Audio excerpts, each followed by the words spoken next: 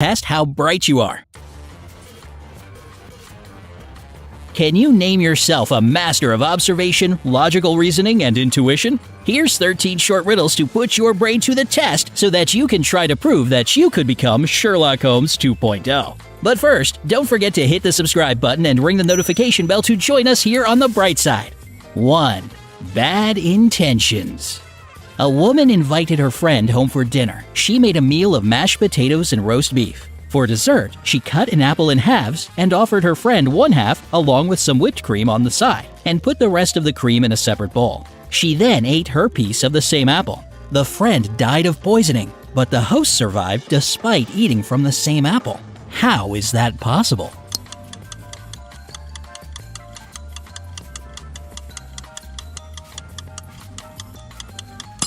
Answer: the poison was in the whipped cream. 2. Who's lying? A man named Tom went hiking with his friend Chris on a Sunday after notifying his brother Dan. The next Saturday, the police finds Tom dead in the woods. Dan said that he had been working all week. Chris was found wandering around the highway. He said that he got lost in the woods right after they arrived and just found his way home. Look at the picture and guess who's lying.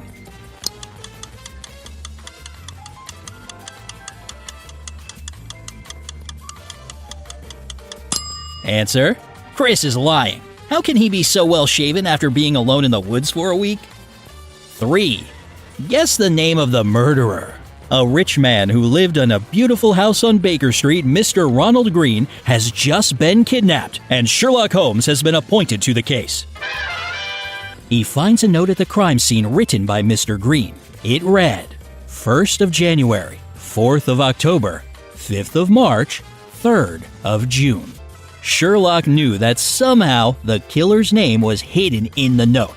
The suspects were as follows: Jack Green, the son and the heir of the property; John Jacobson, an employee of Mr. Green; June Green, Green's wife. Sherlock deduced the killer's name in an instant. Can you?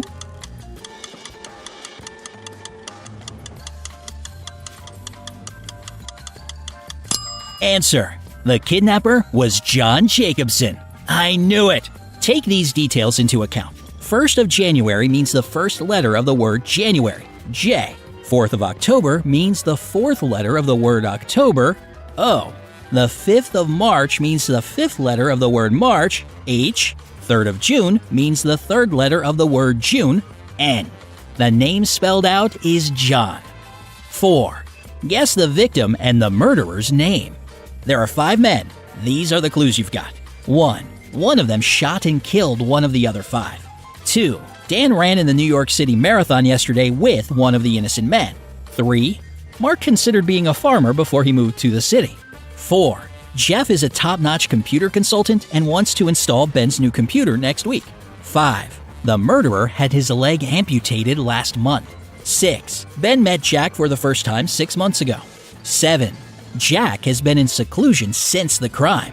8. Dan used to drink heavily. 9. Ben and Jeff built their last computers together. 10. The murderer is Jack's brother. They grew up together in Seattle.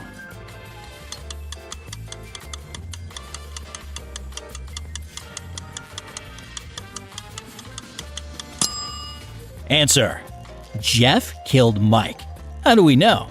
Jack is not the murderer. He is the brother of the murderer. Dan is not the murderer since he ran a marathon and the murderer recently had his leg amputated. Ben is not the murderer. He just met Jack.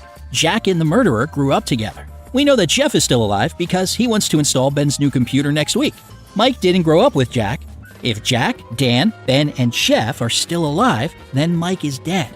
We can only deduce that Jeff must be the murderer. 5. The name is written on the note. One snowy night, Sherlock Holmes was in his house sitting by the fire. All of a sudden, a snowball came crashing through his window and broke it. Holmes got up and looked out the window just in time to see 3 neighborhood kids who were brothers run around the corner. Their names were John Crimson, Mark Crimson, and Paul Crimson. The next day, Holmes got a note that read, "Crimson, he broke your window." Which of the 3 Crimson brothers could Sherlock Holmes question about the incident?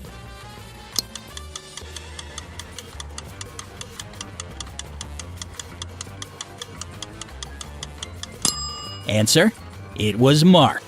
The note said "?crimson," which can be read as "?crimson." 6. Think outside of the box with this one. A man was found dead in a field of snow. The only evidence that was left was a set of footprints between two parallel lines. Who should the police be looking for?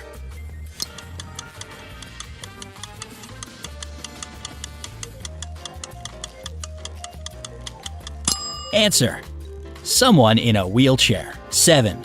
There is no such thing as a perfect crime. A wealthy man lives alone in a small cottage. Because he was handicapped, he had everything delivered to his cottage. The mailman was delivering a letter on Thursday when he noticed that the front door was ajar. Through the opening, he could see the man's body lying in a pool of dried blood. On the porch were 2 bottles of milk, Monday's newspaper, a catalog, flyers, and unopened mail. When Sherlock Holmes got to the cottage, he told the police the killer was the paper boy. How did he know?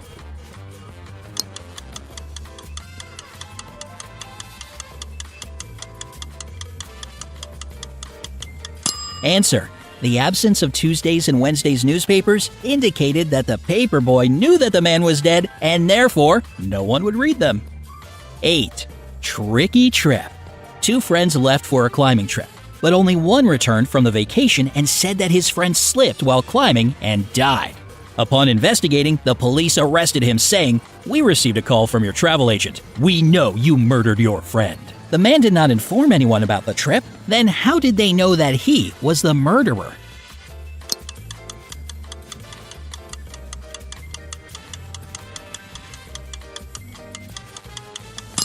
Answer: the man had booked a round-trip ticket for himself, but only a one-way ticket for his friend. 9. Everything will eventually come to light. A man named Evan called the police saying he had found his friend Liam murdered by the seashore. He said that he had lent Liam his beach house for the week during the California summer and that he had just arrived from a month of work in Chile, Argentina to join him, only to find him dead. When the police arrived, they instantly realized he was lying. Look at the picture and guess why.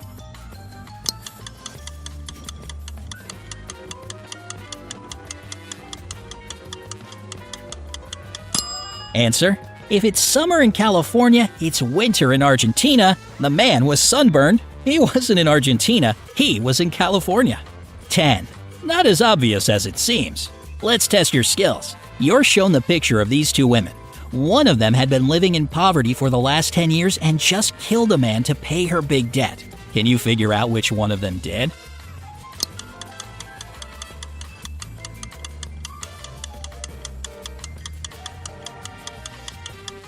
Answer: A. People who have less disposable income tend to spend more on items that make them appear wealthier, like high heels, eye-catching clothes. It's a plus if the brand's name can be read, and heavy makeup.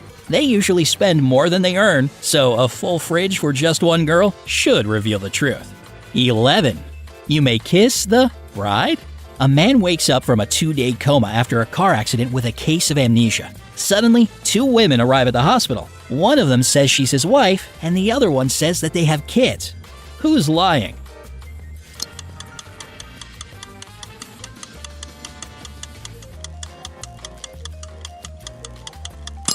Answer: the woman in the red dress is lying. She's not wearing a wedding ring. 12. How sharp are you?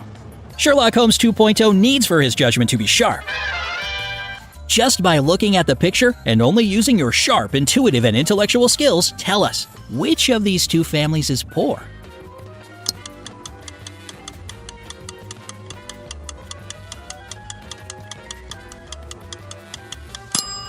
Answer: the family on the left is poor. A low-income family tends to gravitate toward food that is cheaper but more energy-dense, like pizza, ice cream, and cake. A wealthier family tends to choose more nutrient-dense foods such as vegetables, protein, and fruit, though that doesn't mean they can't go for that occasional red velvet cake. 13. Only for keen observers. Sherlock Holmes would have noticed in less than a minute who the thief is in this picture. Sherlock Holmes 2.0 would need to be as observant as his master to be able to solve this riddle in the same amount of time. Can you?